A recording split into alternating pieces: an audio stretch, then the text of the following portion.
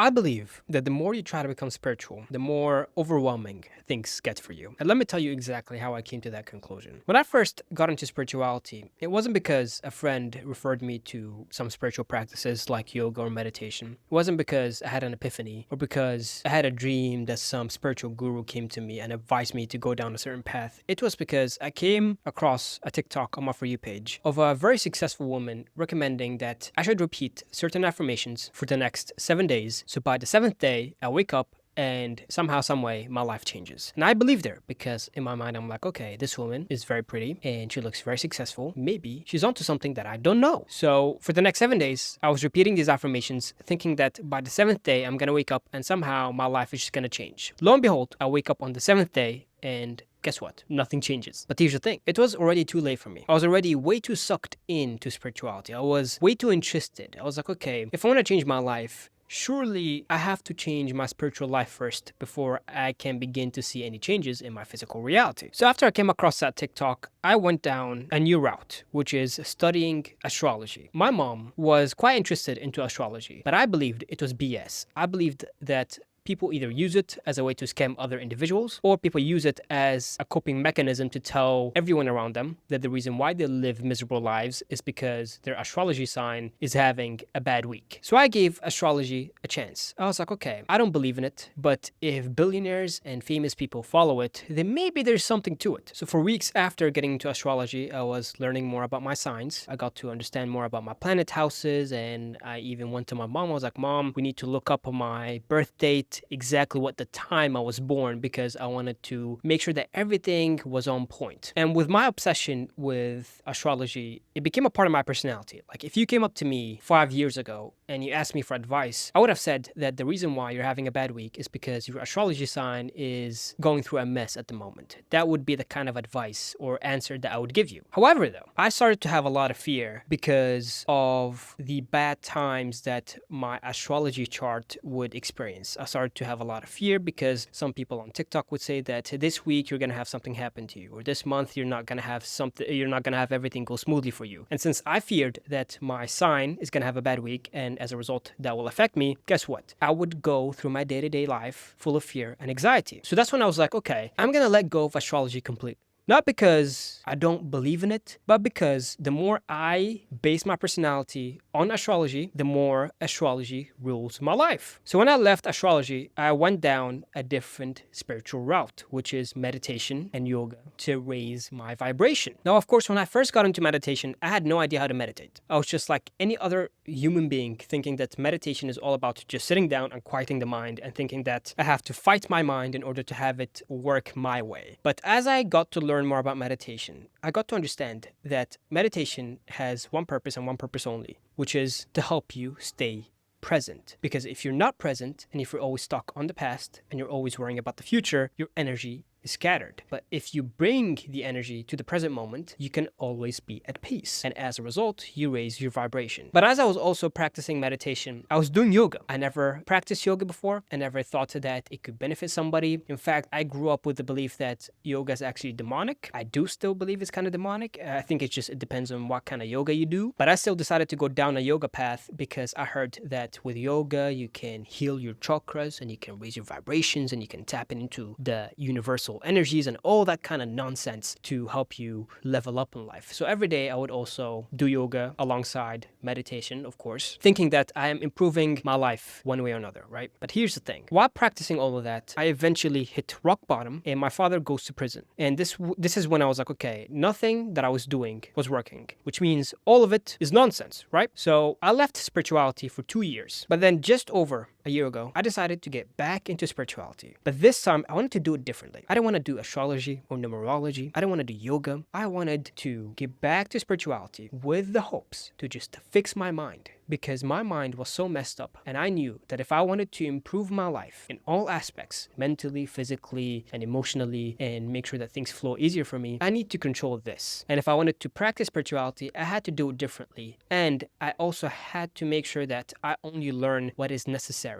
and not really dive into what I don't actually need. So the first thing that I started to do again when I got back into spirituality was conditioning myself again to be in the present moment. I had a few moments when I used to practice spirituality a long time ago where I would fully be in the present moment, and as a result, I feel peaceful. But that was never consistent because of what was going on back home. But when things started to flow better for me somehow, and I started to get some opportunities to make some money and live a better life, I knew that if I wanted to keep progressing in life, I had to take my spiritual journey serious again. But I had to do it smartly and differently from what I did last time. And the first thing that I had to do was to learn how to be present, because every day for the past 2.5 years, for the past 3 years, I had to make a lot of decisions, and each decision would either make my life better or make my life worse. So for me to make the right decision, I had to make decisions based off pure intuition and not based off fear or stress or anxiety. And being present helped me do that, because by me staying present, I understood exactly that the past doesn't matter. So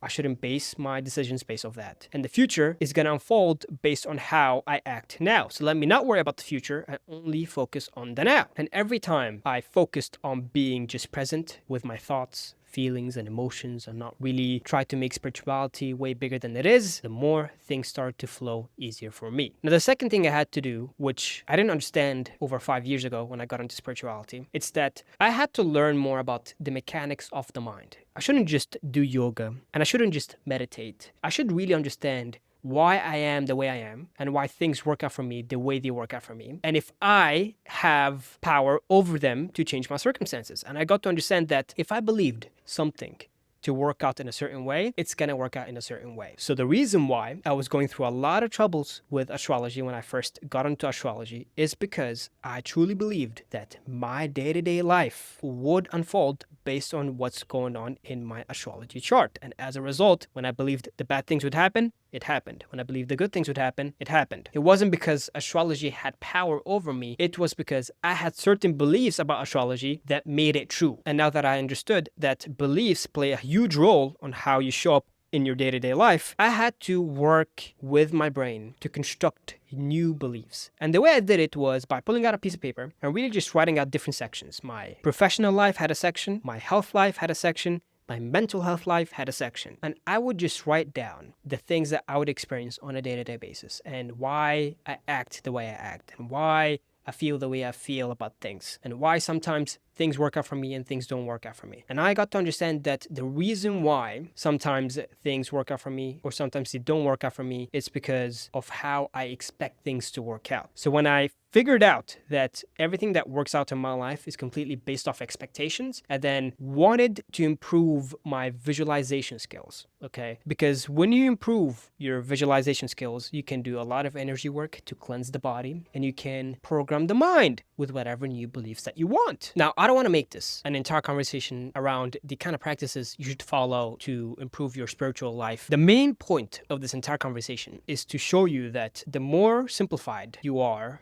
with spirituality, the better things work out for you. But the more complicating you make things for you, the worse your life gets. Because here's the thing about spirituality. It truly depends from one person to another. Some people have deep desire to learn all the wisdom about spirituality. And these kind of people will never have a hard time learning spirituality. But people like you and me who are just trying to improve their day-to-day life don't need complicating information. We just need the basics, like changing our beliefs, visualization, learning to cleanse our aura and changing our mental states using the mind. That's the only kind of stuff that we need to improve our day-to-day lives and to improve every aspect of our lives. The issue is most people make a mistake of trying to learn too hard. And that's the kind of problem that I used to face. I used to think that the more I learn and the more books I read, eventually I'm gonna become some spiritual guru where the energies just flow to me much easier. Little did I know that by me trying too hard to learn, I block the mind from any creative powers. Yes, the mind has creative powers that you should utilize on a day-to-day basis. Yes, the brain is much more powerful than most people think, but if you put too much pressure on it, you never get to find or see or experience any kind of results regardless of how small or big the results may be. So in order to avoid mental blockages, avoid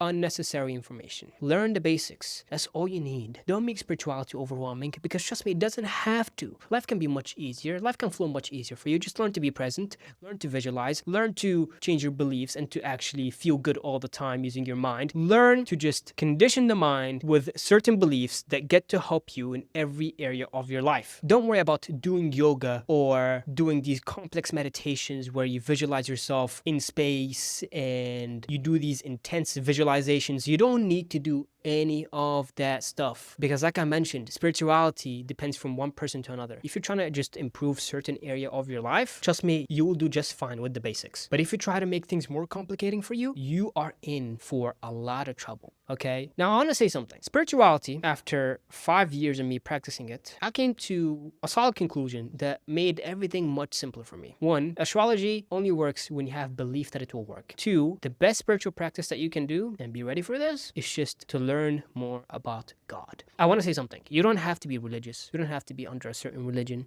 You don't have to honestly be believing God to go under a certain name. You can be someone who doesn't believe in any religion and still believe in God. When I decided to go down a spiritual journey after going through all these complicating stuff where I just get to understand God more and really break down the religious trauma that I had, not only did I get to experience God by just sitting in his presence every single day, and I can just tap into his presence like that. Honestly, I can get to a point where if there is a bunch of people fighting around me, I can just sit right there or stand right there, it doesn't matter where I am, and just immediately experience God's presence. And how did I get to experience God's presence? I don't want to make this an entire conversation about God, but it's very simple. I had to break down the belief that God is someone who's far away. And I just had to understand that God is spirit and he's right here. And if I want to benefit from what God has to offer, and if I want to benefit from his light, which is surrounding all of us, all I have to do is just acknowledge his presence and mentally shift my mind to feel as if my entire body is opened up and surrounded by his light. By me doing that, I literally overcame most of my problems. Because when you do that mental shift, and again, I don't want to make this entire conversation about God. I don't know why I'm talking about this, but the moment you let this mental shift happen, where you just let God's light flow through you, everything works out. You feel more joyful. You feel like you don't need to do yoga. Sure, you can do stretches to stretch your body. You feel like you're at a high vibration all the time because God's light is flowing through you and uplifting you at all times. You can be, do, and have whatever you want every time you just let God's light flow through you. That was the best spiritual practice that I ever did. Everything else was overwhelming. But by me just working on the mind, learning to be present,